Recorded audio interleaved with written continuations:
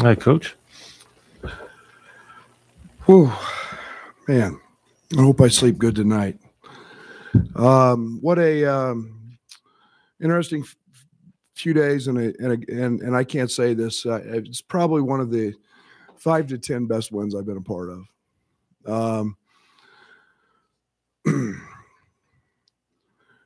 The trials and tribulations and unknown and all of that, and I'm not trying to make any excuse or anything, but Joey Biggs asked me before the game who I was starting at the 44-minute mark. I said, I don't know yet. And that's a really bad feeling as a ball coach. And so this group took a huge step tonight in being connected and being together. I had not seen Jacob Grandison since we got home from Kansas City. He has been in bed. I have not seen him till he walked in today for shoot around. Trent Frazier has not practiced, had no idea that he was going to play. Fletch does a deal called with force plates that he's got thousands and thousands of points of data that he jumps on, and those tell you where your strength's at, where your energy's at, and those numbers were good, so they determined he could play. Benjamin Verdonk was sick. Paul Schmidt walked in today and told me that Austin was out, throwing up, and was out. So I said, I'm going to start RJ Melendez in shoot around today. He rolls an ankle, and literally at the time, I think he thought he might have to have it amputated. After 30 minutes of, thinking that, he was he was fine. But I went into this thing thinking Coleman might have to play major minutes. Obviously that went south in a couple minutes. But DeMonte Williams, I couldn't start the second half because he was in the toilet throwing up, and he played the entire night sick, the entire night. And I cannot say enough about DeMonte Williams.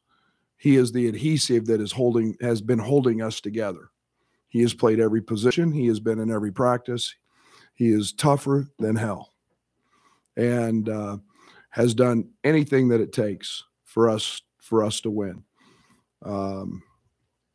He's not going to let anything like a little flu bug stop him, and but that stuff becomes contagious. And then to play Trent 31 or 32 minutes, I didn't really plan on that.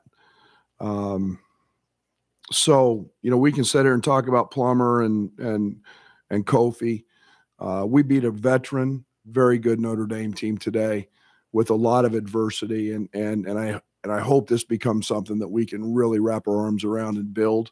Tomorrow's an off day, which we need, and hopefully we can get healthy as we enter Big Ten play on Friday. Joey? Brad, with Trent, I mean, he's got the shoulder thing going on and the knee. I mean, it looks like he's battling multiple ailments or soreness. So what's that say about him to go out there and play? And did he kind of add to that? You called him soft and chest caved in yesterday. Was he somebody who could flip that? Well, I'm never going to call Trent Frazier soft. Trent's a dog. I mean, Trent's man, that you talk about the ultimate competitor. And, he hates missing practice. He hates anything that he can't compete to win at. And, he literally walked in the coach's locker room and said, Coach, I'm good for 35 tonight if you need me.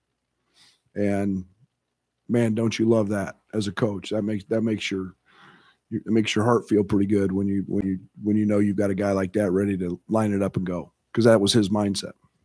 Coach, still playing without your starting point guard, but you did have 19 as a team. They had 19 assists on 28 made baskets. How big of a step was that, offensively from the execution standpoint? Once we got out of the first 4 minutes, it was great. I think we had 5 turnovers the first 4 minutes. But and a couple of those were, illegal screens and a charge. But yeah, that's a huge step. And I mean, we've got to get, we've got one of the most dominant players in college basketball in Kofi, and we've got to give him opportunities to get balls on the rim. And when we do that, we're going to give ourselves a chance a lot of nights because he's a high percentage guy. So, again, when you don't turn it over, that's growth. Matt? Brad, Kofi's first 4 games, his minutes have been 27, 32, 38, and 32. I know you said he's been on the treadmill, but what does that kind of say about him that he's been able to instantly come in and play that kind of load like you, I'm sure, hoped for? But the treadmill's a lot different than game conditioning. Yeah, there's no doubt about that. And I think he was tired tonight, and Kofi didn't feel great either. He was another one that was set down, but at halftime and had to kind of gather himself. He's really stopped up and felt great. But again, I think the one thing we've got to keep pushing him to is playing through that. I thought late he took a couple hard shots because they were easy, and again, I'm never going to not push Kofi, so I'm not going to tell him he was great and you're in great shape and this and that. So I'm going to keep pushing those buttons, but he's doing a lot. And I thought anytime Kofi doesn't have 10 rebounds, I'm going to tell him his motor's not good enough. So, Jeremy? Mike Bray came in here, Brad, and just kind of was in awe of Kofi, but he also talked about how it opened everything up for your shooters. Was this kind of offensively a night of what you guys are capable of once everyone starts to get on the court? Yeah, I've said I love this team and what this team can be. All this is a hiccup. This is one of those adversity speed bumps that grow you up. And is that the right way to? They make you grow up, and it's the end game. I love this team, and opportunities provided. RJ stepped up and makes 2, and Luke Goody's proved it tonight again, and Jacob Grandison can shoot it. Everybody forgets DeMonte was the second leading 3-point shooter in the country last year. He hasn't had those opportunities because of where we've been playing him. And, then he steps up the first play and knocks one down.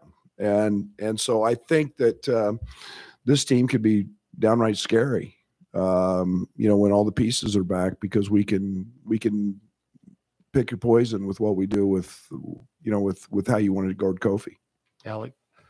Coach, to come in here yesterday and essentially challenge your team by calling them soft, and then to see them respond the way they did tonight, how proud of them, or how proud of you are them for that? Yeah, it's what I told them in the locker room. I'm extremely proud. You gotta, it's not easy. It's not easy to fight maybe a lack of confidence, fight maybe unknown. You're playing a high major, very good team on national television.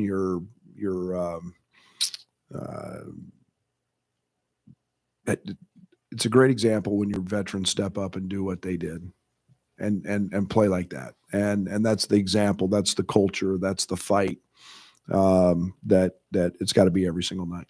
Scott? Kofi talked about just the composure down the stretch. Shots aren't falling. Notre Dame's hanging around. What did you see from your team that maybe allowed them to close this one out the way they did? Yeah, just, I mean, it wasn't perfect. That's for sure. There was a couple scouting report mistakes in there, but yeah, again, you've got to take advantage of the opportunity. You got to make free throws. We did that. I thought that, I was concerned the first half because, our free throw attempts were nil, and then to get to the line and make them down the stretch. That's what good teams have to do. And we got the ball to the spots we wanted to get it to and who we wanted to get it to. Trent, had a late travel on a little play we ran, but beyond that, I thought we got the ball where we needed to. Rob? In past years, we've had media availabilities at Ubben on the same day that the team got its flu shot. So we know that they get a flu shot every year. When did they have their flu shots this year? Ooh, September? Yeah. September, maybe? It was like early September, mid to early September. Go ahead, Doug. Coach, expanding on what you were saying on the last question, Coach Bray kind of changed their defense up a little bit in the second half, and contested shots and got really aggressive with Kofi. And you had a little bit of a lull there offensively. How do you think the team handled that, particularly down the stretch? Yeah, and I looked out there once, and I had RJ and Luke. I had Plummer out, Kofi out, and I'm like, where are we going to score? And I think that's where I've ultimately got to get to. I've got to figure those things out, how we're going to score in those moments. And yet we found a way to actually make a couple baskets. But it's again, we're so different now, Doug, than we have been. I mean, we've done so much with ball screens all year long, and there's hardly any tonight. And that's switching midstream, I guess. But we're doing some good things. But again, I'm really pleased because we're getting the ball where we need to get it, and those guys are not afraid to take shots and make them. Joy. So Trent comes into the coach's locker room, says he's good for 35. Do you remember about your general reaction? I mean, were you skeptical? Obviously, there's probably a level of excitement. What was that like? No, when Trent tells you he's good, that's a really good feeling. When Trent hurt his shoulder, he fought the doctors to play. I mean, he said, you're not sitting me out. I'm playing. That's Trent. Then you have to have those conversations that hey, this is in your best interest. When we knew this one, it was just a matter of him, being in a position where it was strong and great and man, but that's Trent Frazier to the T. Now he knows his game count is dwindling quick and they go fast, and he's going to take advantage of all of them. Scott. He said yesterday, Trent, on Saturday, was going about half mile an hour on the bike. Just between then and him coming into the office and say, I'm good to go. Like what type of treatment was he getting? Just what got him to that place? Well, he's lived with Fletch and Paul. It's not just been, go stick your bag of ice on your knee. And, it's been, I know Fletch left today. There's been a ton of massage, getting the swelling out. There's been a lot of recovery and therapy. He's done a bunch of bike work. He's done some work, on what's called an Alter G, is kind of a gravity treadmill that takes some of your body weight off. So it's just been a process to see then how it reacts to all of that, and does it swell back up. So, and then, once that does, how much strength does he lose? Because we're never going to put him out there if he's not capable of being close to 100%. Along those lines, Brad, is there any update on Andre, what he's going through right now? No, nothing. Everything is he's continuing to work through his situation, and it progresses day by day. So we'll I don't have a timetable. I don't know. Tomorrow will be another day and another opportunity for him to get better. Joy. I mean, he was in concussion protocol. Is he back in that? Is this roughly the same thing? Okay. No. Scott. I mean, you don't play again until Friday. I mean, just how do you plan to treat the rest of this week with maybe some guys getting, over the flu bug, maybe dealing with it like Monte? Just what's maybe the plan this week? Yeah, I mean, we'll fall into our normal 2-day prep. Tomorrow will be off, which we need. We haven't had one in quite some time. So, I hope it's a day that gives them a day to, really sleep in, really get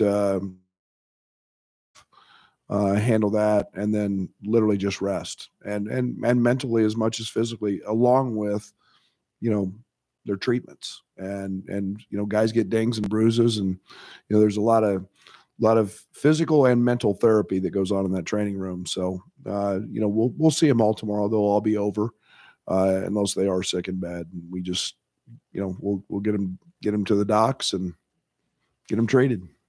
Anything else for Coach? All right. Thank you.